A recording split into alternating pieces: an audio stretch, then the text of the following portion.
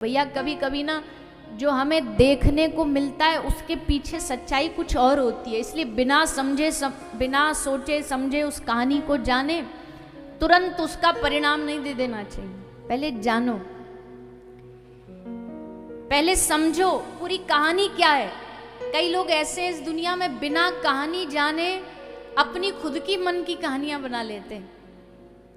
किसी व्यक्ति को ऐसा बीच में एक व्यक्ति को ऐसा पकड़ लेंगे, ऐसा टारगेट पकड़ लेंगे कि अब उसने आगे क्या पीछे, और इतने अंधे हो जाते हैं ईर्ष्या में कि उनको अच्छाई तो दिखाई नहीं देती उस व्यक्ति में, वह बुराई ही बुराई दिखाई देती।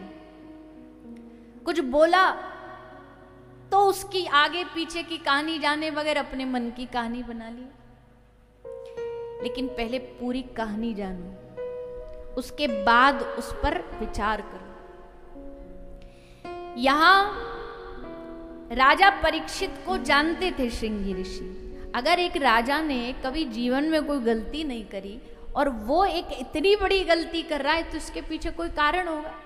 ये जाने बगैर उन्होंने हाथ में जल लेके श्राप दे दिया और बड़े खुश होके आए और अपने पिताजी को बताया, आप चिंता ना करो, हमने श्राप दे दिया राजा को।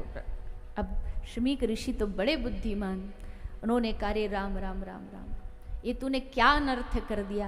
अरे कम से कम पूछ तो लेता, जान तो लेता। वो राजा जो संतों के लिए अपनी जान छिड़कता है, क्या कारण रहा होगा कि आज उसने अपमान किया है। लेकिन अब तो भैया बाण हाथ से छूट गया। क्रिया करने के बाद अब पछताए होत क्या, जब चिड़िया चुग गई खेत। कई लोग कर देते हैं उसके बाद फिर पछताते, बोल देते हैं उसके बाद फिर पछताते। अब पछताने का क्या लाभ रहा। तो श्रृंगी ऋषि ने सोचा अब श्राप तो लग गया, 7वें दिन तो राजा को मरना ही है, तो जाके क्यों ना राजा को पहले थोड़ा सावधान कर दिया जाए ताकि वो इन 7 दिनों का उपयोग करे। तो श्रृंगी ऋषि गए और जाकर के राजा को सब कहानी सच्ची सच्ची बता दी।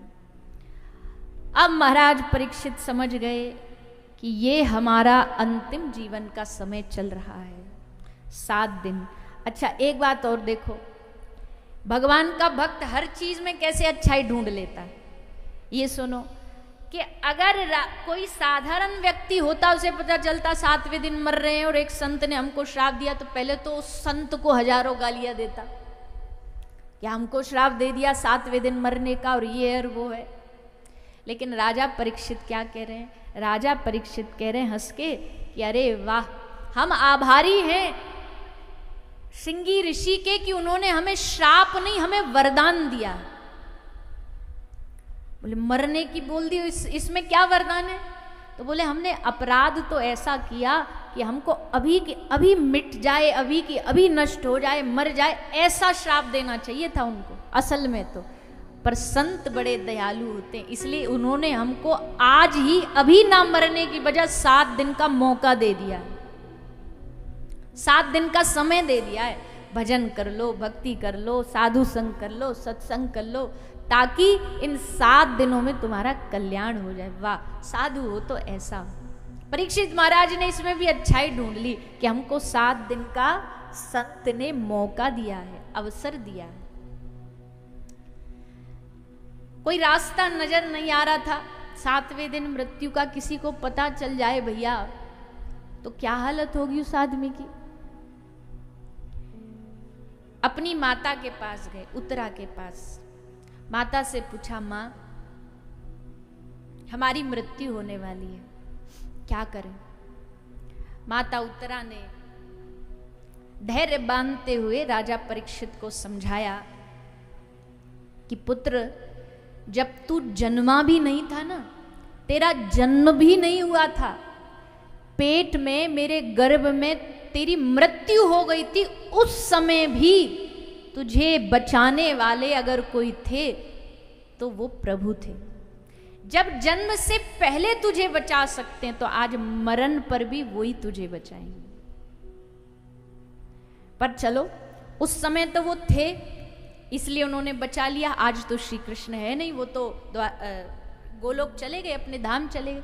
आज कौन बचाएगा? बोले आज उनका ही स्वरूप, भगवान का ही स्वरूप धरती पर कौन है? संत महापुरुष। अब वो नहीं, पर उनके संत जन तुम्हें बचाएंगे। इसलिए जाओ और जाकर के संतों की शरण में पहुंच जाओ। तो राजा परीक्षित ने एक क्षण की भी देर नहीं लगाई, जान गए कि यही समय है। संतों के पास गए, गंगा के तट पर। हरिद्वार जब जाते हैं ना, तो रास्ते में एक बड़ा सुंदर स्थान पड़ता है, शुक्रताल। उस शुकताल में गंगा का एकदम किनारा है, बहुत बड़ा वृक्ष है जहां बैठ के कथा हुई है। सब संत जमा थे, क्योंकि साधु संत कभी मिलेंगे ना तो ऐसे ही स्थान पे मिलेंगे, या तो गंगा का तट होगा, जमुना जी का, कावेरी का, सरस्वती का तट होगा, तीर्थ होगा, वहीं साधु मिलते हैं। तो समझ गए गंगा के तट पर जरूर साधु मिलेंगे। साधुओं का पूरा मेला लगा था। व्यास जी, पराशर जी, अत्रि, वशिष्ठ, सारे ऋषि उपस्थित थे। तो राजा परीक्षित गए, सबसे जाके प्रणाम करके प्रश्न किया, अतः पृच्छामि संसिद्धिम योगिनाम परमम गुरुम पुरुषस्य यत् कार्यम म्रियमाणस्य सर्वथा।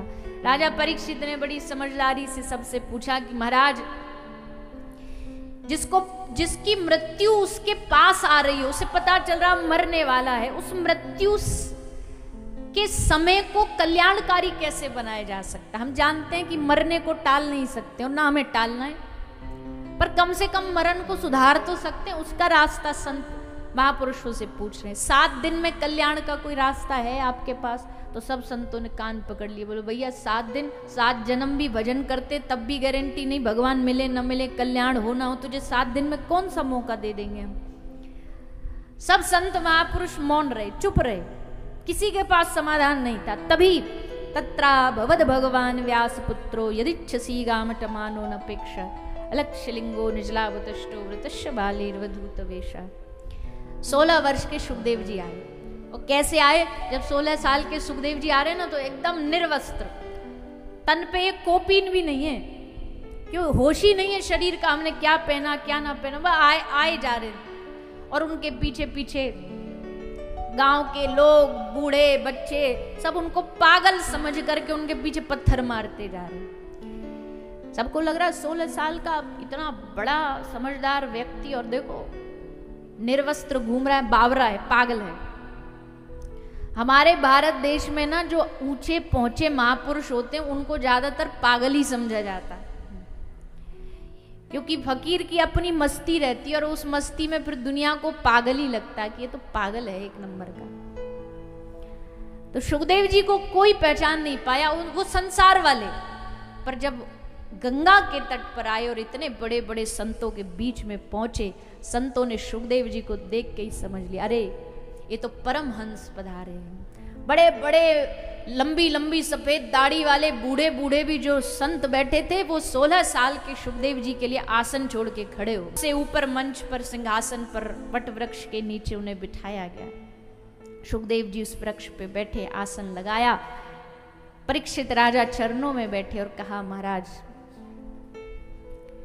ये प्रश्न पूरे समाज के लिए है, केवल परीक्षित के लिए नहीं, पूरे विश्व के लिए, क्योंकि हर व्यक्ति हर दिन मृत्यु के नजदीक जा रहा है। हर व्यक्ति हर रोज एक दिन करके धीरे धीरे मौत के करीब जा रहा है। जैसे किसी का जन्मदिन होता है तो हम बड़ी खुशी से केक काटेंगे और ये जलाएंगे वो जलाएंगे और क्या कहेंगे, अरे भैया ये 30 साल के हो गए। पर अगर किसी संत महापुरुष की दृष्टि में देखो तो क्या कहेगा? वो ये नहीं कहेगा 30 के हो गए, बोलेंगे 30 के घट गए। अगर इनके जीवन में 60 साल का जीवन है तो 30 निकल गए, अब क्या खुशी मनानी? संत महापुरुष की नजर दृष्टि इस बात में जाती है, उनके लिए समय जा रहा है, सबके लिए जा रहा है। यहाँ जितने बैठे कौन सा किसी के लिए कोई समय बढ़ तो थोड़ी रहा है। जिस दिन से जन्म हुआ है समय घट ही रहा है, और इस घटते हुए समय में भी अगर हम भगवान का सुमिरन ना करें, याद ना करें, तो एक दिन 60 साल क्या, 80 साल क्या, 100 साल भी पूरे हो जाएंगे तो भी भगवान की याद, तो भी भगवान की भक्ति नहीं कर पाएंगे।